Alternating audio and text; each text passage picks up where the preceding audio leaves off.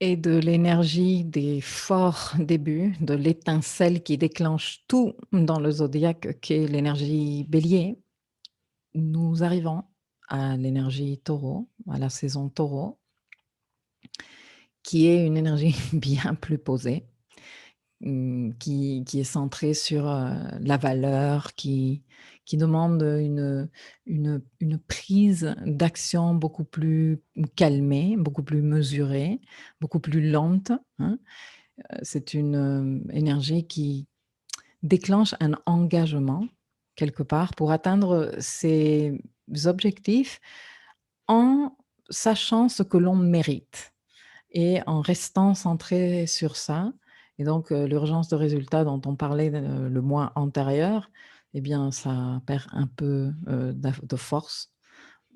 Bon après c'est pas magique, hein. Si on a un souci avec l'urgence de résultat et on ne la travaille pas à un niveau conscience, ça ne disparaît pas tout seul. Mais disons que la saison Taureau met à notre disposition cette énergie, non, très vénusienne, parce que le Taureau est sous la maîtrise de Vénus, de savoir recevoir, parce que Vénus en Taureau exprime son principe de réceptivité et donc on sait recevoir en fonction de l'estime de nous-mêmes que nous avons. On peut voir comment notre estime de nous se reflète dans notre quotidien, eh bien, dans la gestion que nous faisons de nos ressources.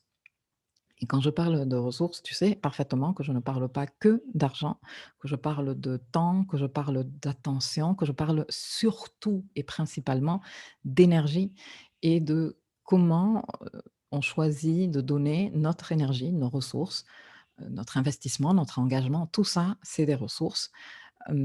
Et comment ça participe dans notre processus de matérialisation et d'aboutissement de nos projets. Du coup, lorsque le soleil traverse ce signe, eh bien, nous sommes plus, centrés sur, le côté tangible de l'existence, sur ce que nous arrivons à percevoir avec nos 5 sens. Et même si les qualités, ou les caractéristiques, parce qu'on ne peut pas dire que c'est des qualités, taureau, traditionnelles ou qu'on lui attribue traditionnellement sont, l'obstination et le côté têtu, hein, cette pensée fixe, inamovible.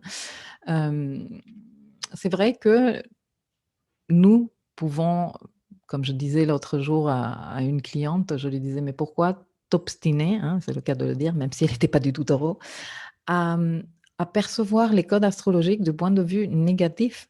Pourquoi ne pas les faire évoluer?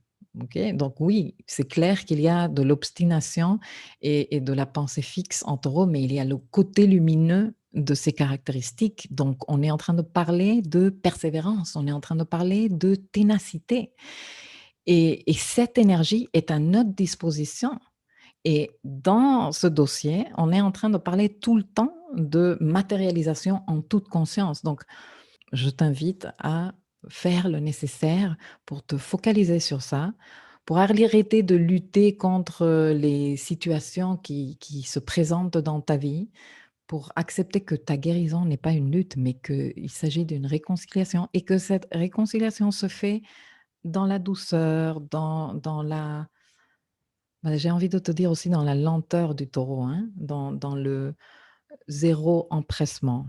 On va y arriver. Quand? Je ne sais pas. Je suis en train d'avancer. C'est déjà ça, OK? Et dans cet avancement bienveillant et plein de compassion envers nous-mêmes, envers notre processus, eh bien, nous développons le plus important, la conscience, ce qui nous permet de nous donner du bien-être.